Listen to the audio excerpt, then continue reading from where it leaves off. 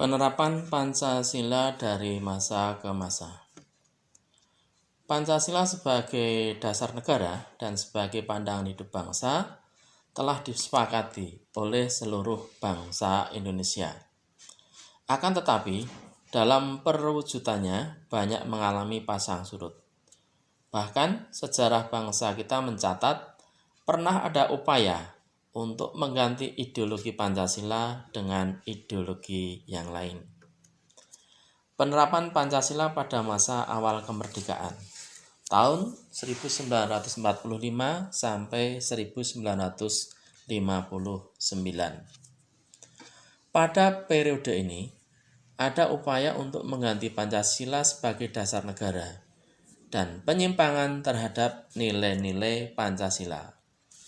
Upaya tersebut antara lain yaitu adanya pemberontakan Partai Komunis Indonesia (PKI) yang berada di Madiun pada tanggal 18 September 1948. Pemberontakan PKI Madiun ini dipimpin oleh Musso.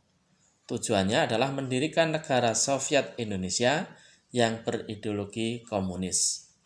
Kemudian yang kedua, mengganti Pancasila menjadi paham komunis.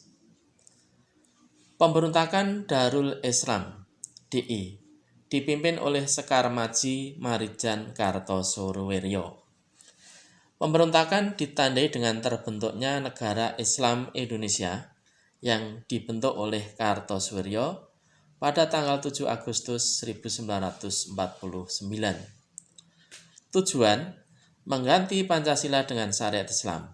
Akan tetapi, gerakan yang dilakukan oleh Kartosoewirjo bertentangan dengan ajaran Islam.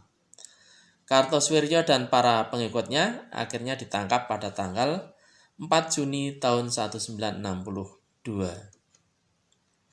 Kemudian yang ketiga, pemberontakan Republik Maluku Selatan atau gerakan separatis. Pemberontakan ini dipimpin oleh Christian Robert Stephen Somogyl atau yang lebih terkenal dengan Somogyl. RMS didirikan tanggal 25 April 1950. Tujuannya adalah membentuk negara sendiri. RMS di Ambon dikalahkan oleh militer Indonesia pada bulan November 1950. Konflik seram masih berlanjut sampai bulan Desember. Berujung pada pendirian pemerintah dalam pengasingan di Belanda tahun 1966.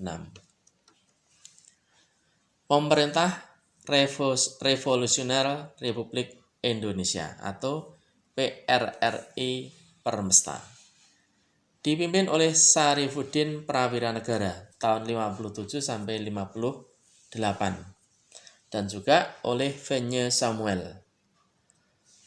PRRI Permesta merupakan bentuk koreksi untuk masa pemerintahan pusat Ir Soekarno karena terjadi ketimpangan sosial. Oleh karena itu, timbullah inisiatif dalam upaya memperbaiki pemerintahan di Indonesia. Kemudian, Angkatan Perang Ratu Adil atau APRA.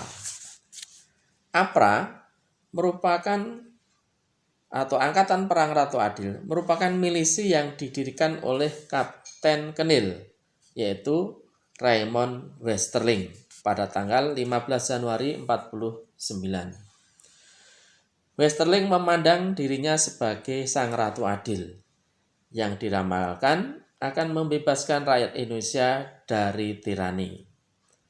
Westerling ini bersekongkol dengan Sultan Hamid II, berusaha untuk mempertahankan negara federasi yang dibentuk oleh Belanda atau negara RIS. Kemudian yang kedua, melawan NKRI dengan melakukan penyerangan atau kudeta pada tanggal 23 Januari tahun 1950. Berhasil menduduki Bandung. Kemudian masa kegagalan ini adalah Westerling melarikan diri ke Singapura. Kemudian pembubaran RIS menjadi NKRI pada tanggal 17 Agustus 1950. Perubahan RIS menjadi NKRI. Konstitusi yang berlaku adalah Undang-Undang Dasar 1950. Pemilu pertama tahun 1955, anggota konstituante hasil pemilu pertama tidak dapat menyusun undang-undang dasar, sehingga menimbulkan krisis politik, krisis ekonomi, dan keamanan.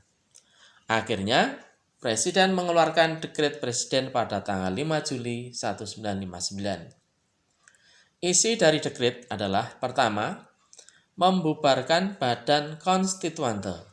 Yang kedua, UUD 45 berlaku kembali dan UUDS 1950 tidak berlaku. Kemudian akan dibentuk MPRS dan DPAS.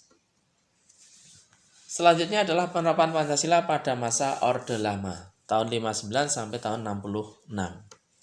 Pada masa Orde Lama terkenal dengan periode demokrasi terpimpin. Disebut demokrasi terpimpin karena sistem demokrasi yang berpusat pada pemimpin negara. Hal ini dicetuskan oleh Ir Soekarno. Mengapa? Karena banyaknya gerakan separatis.